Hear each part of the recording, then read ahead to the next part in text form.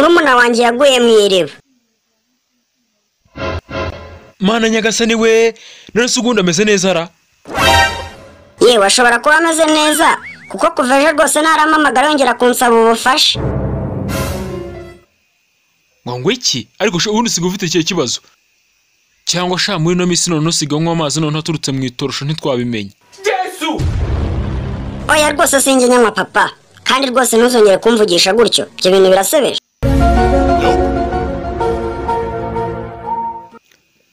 Ugeze ngo iki?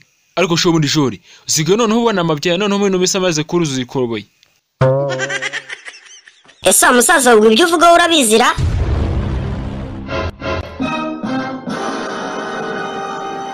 Ariko unege gusone neza ubundi myaka yose wabaga he? Nje nakoraga nk'umujura ndetse n'umwicanyi hara mu mujyi Kigali.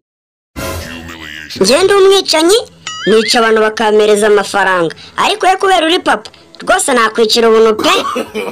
No. Ngo iki? Ahubwo nsokera mu nzu wamwicanyi we. Genda. Kuko rwose nshaka kongera kubona amaso yanjye ukundi. Uranyumva neza? Papa rwose mbere yuko ngenda narinje kugusinyira sheke ya miliyoni 10 dore na miliyoni 2 ngizi rwose za murumuna wanjye. Nari naguze n'inzu nini cyane hari Miami Beach ifite buri bintu byose ndetse harimo na za modoka zihenze za Ferrari na Bugatti. Bye papa rwose nimba utabasha kubana nanjye pe. No. Oh mwana we. Ahubwo se bundi harya nguye gukora kaye kazira nyibutse. Nibaga ndetse nkanica abantu papa. Niwumva se ahubwo nguye urashaka uhobere so sha. Kuko rwose ubundi ngende nashyetse yuko nyine wakora akazi kwica gusa.